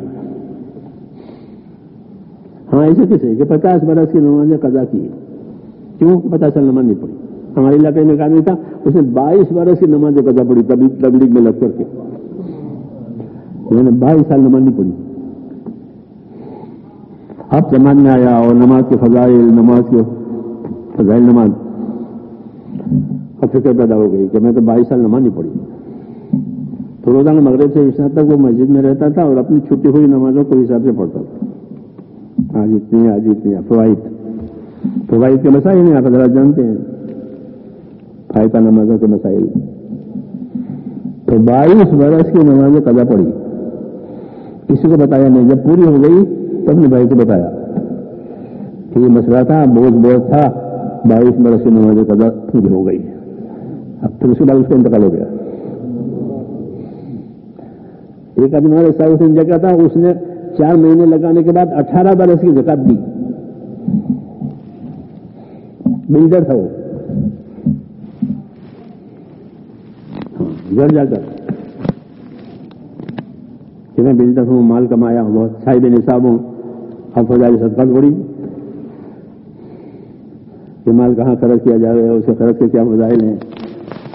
جی ہاں، جان پڑتی ہے فضائل کے علم سے، اسے دعوت میں فضائل کا علم چلتا ہے، وہ جان پڑتی ہے۔ تو جا کر کے حساب کیا اور 18 برس کی زکات دی کہ میں 18 برس سے صاحب نصاب ہوں۔ اس طرح ارکان اسلام زندہ ہوتے ہیں۔ تو یہ اصل مقصود ہے دعوت کہ پہلے تو ارکان اسلام زندہ ہوں، کلمہ، نماز، زکات، روزہ، حج، اس لیے ارکان اسلام کے فضائل لکھوائے ارکان اسلام کے کہ مسلمانوں میں کام کرنا ہے، کرنے والوں میں، تو ان کو اپنے ارکان کا علم ہو۔ اچھا، جب اسلام کے 5 رکن، اس میں کسی فرقے کو اختلاف نہیں ہے، مسلمانوں کے کسی فرقے کو اس میں اختلاف نہیں ہے، کسی مسئلے سے ہو، کلمہ، نماز، روزہ، زکات، اس لیے ہر فرقے کو اس فضائل میں فائدہ ہو رہا ہے۔ نماز کی اہمیت آ رہی ہے، زکات کی اہمیت، روزے کی اہمیت، حج کی اہمیت آ رہی ہے۔ اس لیے کہ مسلمانوں میں کلمے کے بعد یہ ارکان ہے، تو فرائض کا علم پہلے آوے اور فرائض کی اہمیت پہلے آوے، اسے فضائل لکھوائے تاکہ مسلمان اس کو پڑھیں۔ کسی فرقے کا ہو، اسے کون انکار کرے گا؟ اسلام کی بنیاد 5 چیزوں پر، اسے کوئی انکار کرے گا؟ کوئی نہیں کرے گا، بنیاد ہے۔ پھر اس کے فضائل، اور فضائل کا جب شوق پیدا ہوا اور اس کے فوت ہونے کا خوف پیدا ہوا تو اب عمل کی طرف زندگی پڑی۔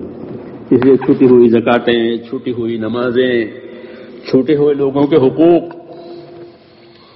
ہاں، ہمارے علاقے میں ایک آدمی نے کہا کہ میرے والد نے بھی میری پھوپھیوں کا حق نہیں دیا ہے میراث میں سے، اس لیے جو مال اب چھوٹا ہے میرے ہاتھ میں آیا ہے تو اس میں سے میری بہنوں کا حق بھی بتا دو، میری پھوپھیوں کا حق بھی بتا دو، تاکہ میرے والد کی بھی جان چھوٹے۔ یہ طلب پیدا ہو گئی۔ ایسے کسی پہ چاہیں گے؟ جی ہاں، احکام کے زندہ ہونے کے، دعوت کی وجہ سے اور محنت کی وجہ سے۔ اس لیے یہ بات کہی جاتی ہے کہ یہ کام سب کے لیے ہے، اہل علم کے لیے بھی ہے اپنے معیار سے، اور غیر اہل علم بھی ہے اپنے معیار سے، کہ وہ کریں اس کام کو اور سمجھیں اس کو اور سمجھائیں، سیکھیں اور سکھائیں اور اس کا حق ادا کرنے کی کوشش کریں۔ اس لیے اس سے وقت مانگا جاتا ہے۔ وقت سے مانگا جاتا ہے کہ اگر کسی بھی کام کو وقت نہ دو تو وہ کام ہوتا ہے۔ نحو پڑھی نا آپ لوگوں نے؟ نحو میں یہ مسئلہ ہے کہ فعل میں زمانہ پایا جاتا ہے۔ ہاں، فعل میں زمانہ پایا جاتا ہے، اسم میں اور حرف میں زمانہ نہیں ہوتا۔ نحو کا مسئلہ ہے، تو کسی کام کو کرنے کے لیے زمانہ اور وقت دینا پڑے گا۔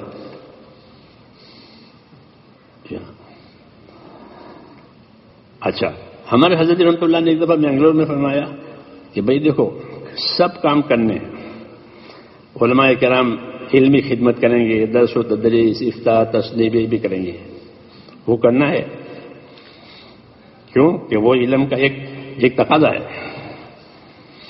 اور یہ کام بھی کرنا پڑے گا تاکہ بے طلبوں میں دین آئے، نہیں تو بے طلبی میں کوئی مسئلہ بتاؤ تو وہ ڈال دیں گے۔ جیسے میں نے کہا نا کہ بھائی تو ذکر کر، مجھے گانا سننے دے، یہ ہاں، تو فرمایا ترتیب کرو۔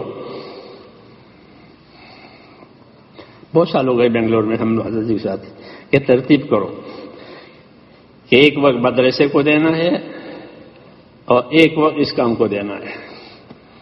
جب اس کام کے لیے جاؤ تو مدرسے کی ترتیب کر کے جاؤ تاکہ آپ کی غیر حاضری میں اس میں خلا نہ پڑے، اور آپ وہاں حاضر ہو جائیں گے، اس کام میں شریک ہو جائیں گے تو اس کا حق ادا ہوگا۔ ترتیب۔ مولانا یوسف صاحب رحمۃ اللہ علیہ فرماتے تھے کہ نبی کے ذمہ ہوتا ہے کہ عمل بتاوے، عمل کی نیت بتاوے، عمل کی ترتیب بتاوے۔ یہ نبی کے ذمہ ہوتا ہے کہ عمل بتاوے۔ ہم کو نماز بتائی، نماز کی نیت بتائی اور نماز کی ترتیب بتائی کہ قیام ہوگا، پھر رکوع ہوگا، پھر سجدہ ہوگا، پھر قاعدہ ہوگا، پھر سلام ہوگا، اس طرح یہ ترتیب۔ ارکان، سارے ارکان ہیں یہ، قیام، رکوع سجود قاعدہ یہ ارکان ہے، تو ان ارکان کو جگہ دی گئی ہے ترتیب سے، تو ہر رکن اپنی جگہ پر ادا ہو جاتا ہے۔ قیام کا دور آیا، قرات پڑی، قیام پورا ہو گیا، قیام پورا ہو گیا تو پھر رکوع آیا، رکوع پورا ہوا تو سجدہ آیا، سجدہ پورا ہوا تو قاعدہ آیا، یہ ترتیب ہے۔ تو ترتیب بتا کر فرمایا صلو کما رأیتمونی اصلی، ایسی نماز پڑھنا جیسے مجھے نماز پڑھتے ہوئے دیکھا ہے۔ یہ نبی کی ذمہ ہے، کیونکہ اگر ترتیب نہیں ہوگی تو انتشار ہوگا، کچھ ادا ہوگا، کچھ چھوٹ جائے گا، کچھ رہ جائے گا۔ ہاں، تو مذہب میں ترتیب بھی ہے، مذہب میں عمل بھی ہے، مذہب میں نیت بھی ہے، اور یہ سب نبی کی تعلیم سے ہوگا۔ تو جو صلی اللہ علیہ وسلم نے اپنے دین شریعت کی ترتیب بتائی، تو جن جن امور میں مزاحمت ہوتی ہے، بہت سے کام ہوتے ہیں، بہت سے کام ہوتے ہیں، تو قاعدہ یہ ہے کہ حق میں مزاحمت نہیں ہوتی۔ جیسے قیام بھی حق ہے، رکوع بھی حق ہے، قاعدہ بھی حق ہے، سجدہ بھی حق ہے، سب حق ہے۔ تو جو چیز حق ہے اس میں مزاحمت اور ٹکراؤ نہیں ہو سکتا، سب کو کرنا پڑے گا، قیام بھی کرو، رکوع بھی کرو، سجدہ بھی کرو، قاعدہ بھی کرو، حق ہے، حق میں مزاحمت نہیں ہوتی۔ تو پھر کیسے کریں گے؟ کہ ترتیب سے کریں گے کہ پہلے قیام کر لو، پھر رکوع کر لو، پھر یہ ترتیب ہے مذہب کی۔ یہ مذہب کے جتنے امور ہیں سب حق ہے، آپ پڑھائیں گے یہ بھی حق ہے، تبلیغ میں پھریں گے کہ یہ بھی حق ہے، ہاں فتویٰ تصنیف یہ سے بھی حق ہے، خدمت خلق یہ بھی حق ہے، ان میں کون سا باطل ہے؟ کوئی باطل نہیں ہے۔ تو جو چیز حق ہے کہ مزاحمت اور ٹکراؤ تناؤ اس میں نہیں ہو سکتا، ہاں اس کی ترتیب ہوگی کہ اس وقت میں یہ کریں گے، اس وقت میں یہ کریں گے، اس وقت میں یہ کریں گے، تو پھر ساری چیزوں کو حیات ملے گی، سب چیزیں زندہ ہو جائے گی۔ تو حضرت نے بنگلور والوں کو مشورہ دیا کہ آپ حضرات ترتیب بناؤ تاکہ آپ کے مدرسے کا کام بھی جاری رہے اور تبلیغ کا کام بھی جاری رہے، اور دونوں میں آپ کا دخل اثر ہو، اور اس کام کو سمجھیں اور ذمہ داری سے کریں، کیونکہ عالم ایک ذمہ داری سے کرے گا، عامی ایک ذمہ داری سے کرے گا، فرق ہے جی ہاں، اور سب کو کرنے کا ہے۔ اسے ترتیب بتائی تو یہی بات کہی جاتی ہے کہ ہم یہ نہیں کہیں گے کہ چھوڑ کے کر، دکان والے سے بھی نہیں کہتے کہ دکان چھوڑ کے تبلیغ کرنی ہے، تو ترتیب کر، اپنا فارغ کر وقت، دکان مت چھوڑنا، تجارت مت چھوڑنا۔ تو جب دکان والے کی دکان نہیں چھوڑاتے یہ تو مدرسے کیا چھوڑائیں گے؟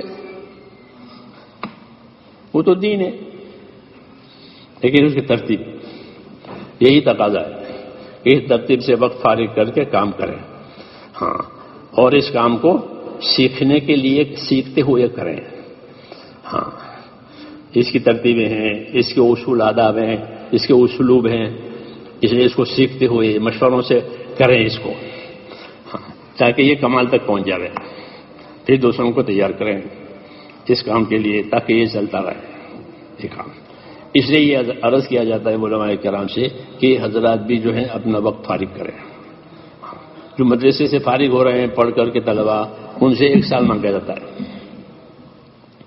1 سال لگائیں، ہاں، اور پورے عالم میں کام کے لیے پھر اپنی طاقت کے مطابق ساری موسموں میں سے گزر جاوے، سردی گرمی بارش سب سے گزرے، سارے حالات سے گزر جاوے، جی ہاں، مختلف مزاج کے لوگوں سے ملے، ہاں، اپنی بات سیکھے اور دوسروں کو سکھاوے، جی ہاں، خدمت خلق کے ساتھ کام کرے تاکہ اخلاق پیدا ہوں، جی ہاں، 1 سال پھر ترتیب کے ساتھ چلتے رہیں، ہاں، موقع ہے تو ہر سال کے 4 مہینے دیں، نہیں تو ہر سال کا چلہ دیں، ایک ترتیب کے ساتھ جیسے معروف ہے اس کی ترتیب۔ یہ درخواست آپ حضرات سے، تو جن حضرات نے سال نہیں دیا ہے وہ سال کا ارادہ کریں، سال کا ارادہ کریں اور اپنی ترتیب بنا کر مشورے سے وقت لگائیں، پھر نیچے کی ترتیب سال تک کی رقم۔ بعض لوگ ایسے ہوتے ہیں کہ ان پر کوئی بڑی ذمہ داری نہیں ہوتی تو وہ ہر سال 4 مہینے بھی لگا سکتے ہیں، جی ہاں، اور بعضوں کو ذمہ داری ہوتی ہے تو سال کا چلہ لگ سکتا ہے، ہاں، تو اس طرح استمرار رہے گا عمل پر، ہنگامی نہیں ہے کہ وقتی طور پر کر لیا اور پھر ختم ہو گیا، ایسا نہیں ہے، بلکہ بالاستمرار یہ چیز چلتی رہے، جزو زندگی بنے. دین کا ہر کام جزو زندگی موت تک کرنا ہے. وَلَا تَمُوتُنَّ إِلَّا وَأَنْتُمْ مُسْلِمُونَ. جزو زندگی جب تک زندگیاں کریں گے اس نیت کے ساتھ، وہ ترتیب کے ساتھ، مشوروں کے ساتھ چلتے رہیں تاکہ اس کی افادیت بڑھتی چلی جائے. خودرائی پیدا نہ ہو، انقیاد اور اطاعت کا مزاج بنے، یہ اصل ہے. اب ہمت کر کے بتائیے، جن حضرات نے سال نہیں دیا ہے ان سے درخواست ہے کہ وہ اپنے سال کی ترتیب بنا کر اپنے آپ کو پیش کریں.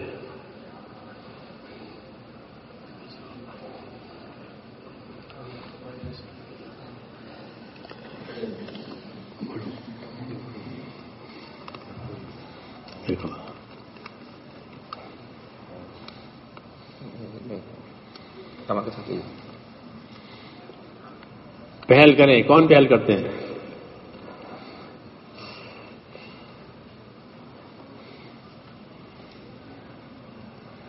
بڑھیا بات تو نقد ہے، النقد خیر من النسیہ. بڑھیا بات تو یہی ہے نا کہ نقد اچھا ہے ادھر سے. جمال صاحب اور فرمائیں، ہاتھ سے ہاتھ جانا نہیں ہے، ترتیب کے ساتھ اپنی ترتیب بنا کر جائیں. یہ میں نے کہا ذمہ داری لیں اپنے اوپر. ذمہ داری لینے سے مدد آتی ہے.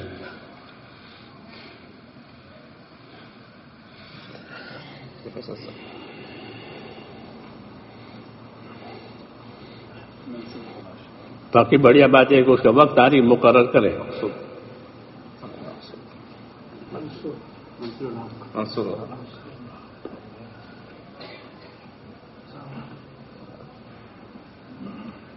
سب ساتھی ہمت سے نیت کریں، اپنے اپنے حیثیت سے جتنا ہو سکے.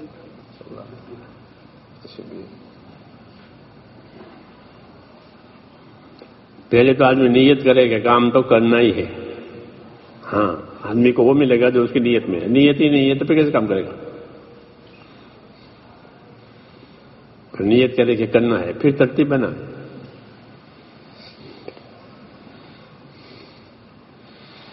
دیر سویر ہو جائے گا.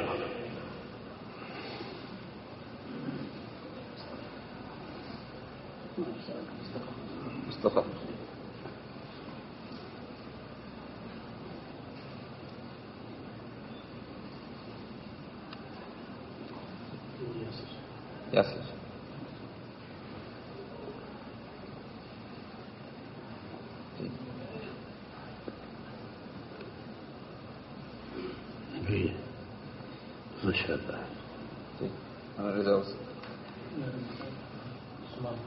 عثمان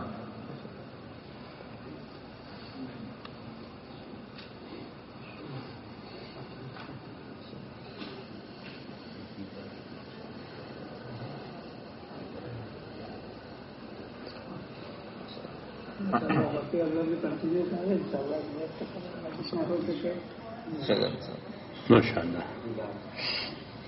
الحمدللہ. خاص بات یہ ہے کہ اس محنت سے علم میں جھیلا پیدا ہوتا ہے. مولانا جمال صاحب کیا پیدا ہوتا ہے؟ جھیلا. جھیلا معلوم ہے؟ ہاں، جیسے برتن کو مانجتے ہیں نا تو برتن چمکدار ہو جاتا ہے. ایسے علم میں چمک آتی ہے، علم میں نور آتا ہے. کیونکہ علم اسی کے لیے ہے. کس کے لیے؟ کہ تبلیغ کے لیے. علم مال تجارت کے لیے ہوتا ہے اور علم تبلیغ کے لیے ہوتا ہے. علم کا دوسرا مصرف نہیں ہے. بلغ ما انزل الیک، یہ ہے جو آپ پر اترا ہے اس تبلیغ کرو. مال میں تجارت نہ ہو تو تجارت کرنے والا اپنا مال کھا جائے گا یا خراب ہو جائے گا. دونوں میں ایک بات ہوگی.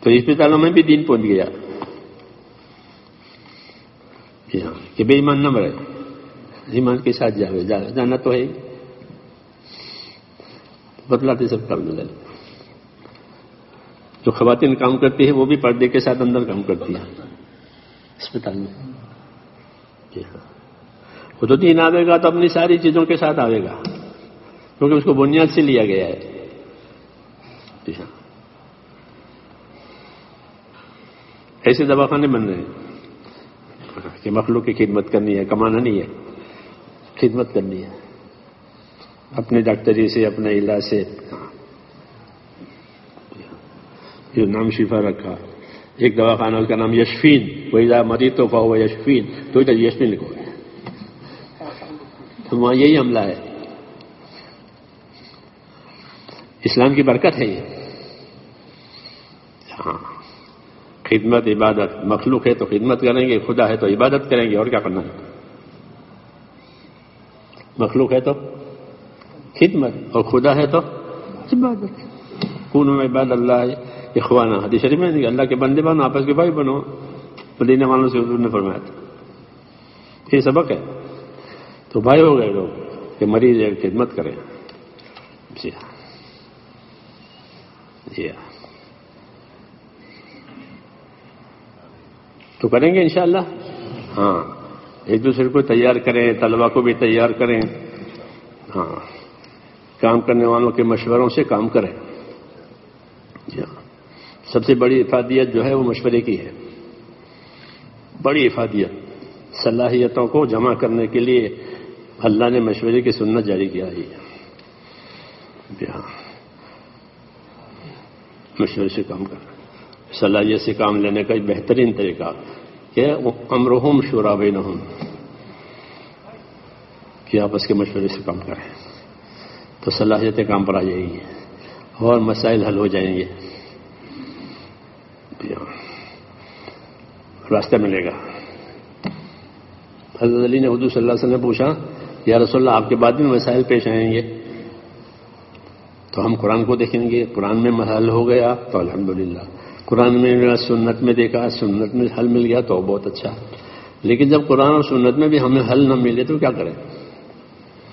تو ہم رفع نیک لوگوں کو جمع کرو اور ان سے مشورہ کرو، کسی ایک کی رائے پر دار و مدار مت رکھو، تو ہمارے کام مشورے سے ہوں گے تو برکتیں ہوگی، صلاحیتیں کام کرے گی، دین کو پانی ملے گا۔